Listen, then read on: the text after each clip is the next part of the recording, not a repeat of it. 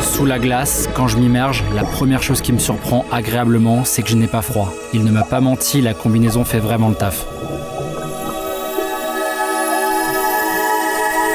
La sensation de flottabilité est très différente des plongées que j'ai l'habitude de faire en mer. Au début, j'ai un peu du mal à m'équilibrer, j'ai tendance à descendre et quand je gonfle mon gilet, je remonte assez vite. Donc j'utilise davantage mes palmes.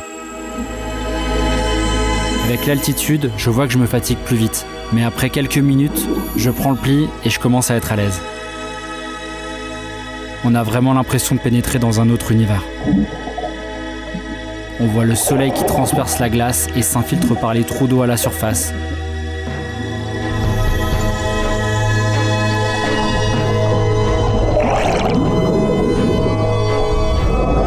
Les couleurs sont folles, un blanc immaculé au-dessus de nous et un bleu profond en dessous.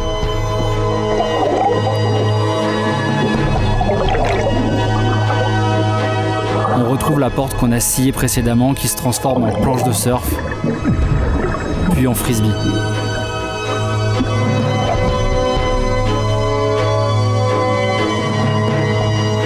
Mais quand on descend, la luminosité baisse rapidement. Il n'y a plus aucun repère naturel.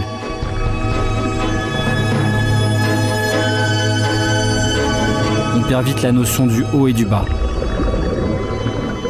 Sans la corde, je pense qu'on peut littéralement tourner en rond à quelques mètres de la sortie sans la trouver. C'est pour ça que c'est impératif d'avoir un fil d'Ariane.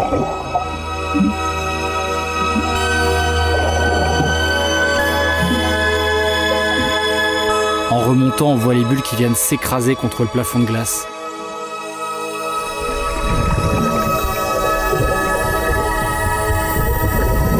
On voit aussi les fissures. Et on entend la glace qui craque. C'est impressionnant.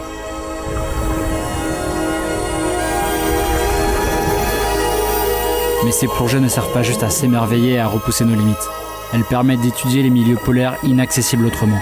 On collecte des données scientifiques, on cartographie. Les pôles se réchauffent 2 à 4 fois plus vite que d'autres régions du globe.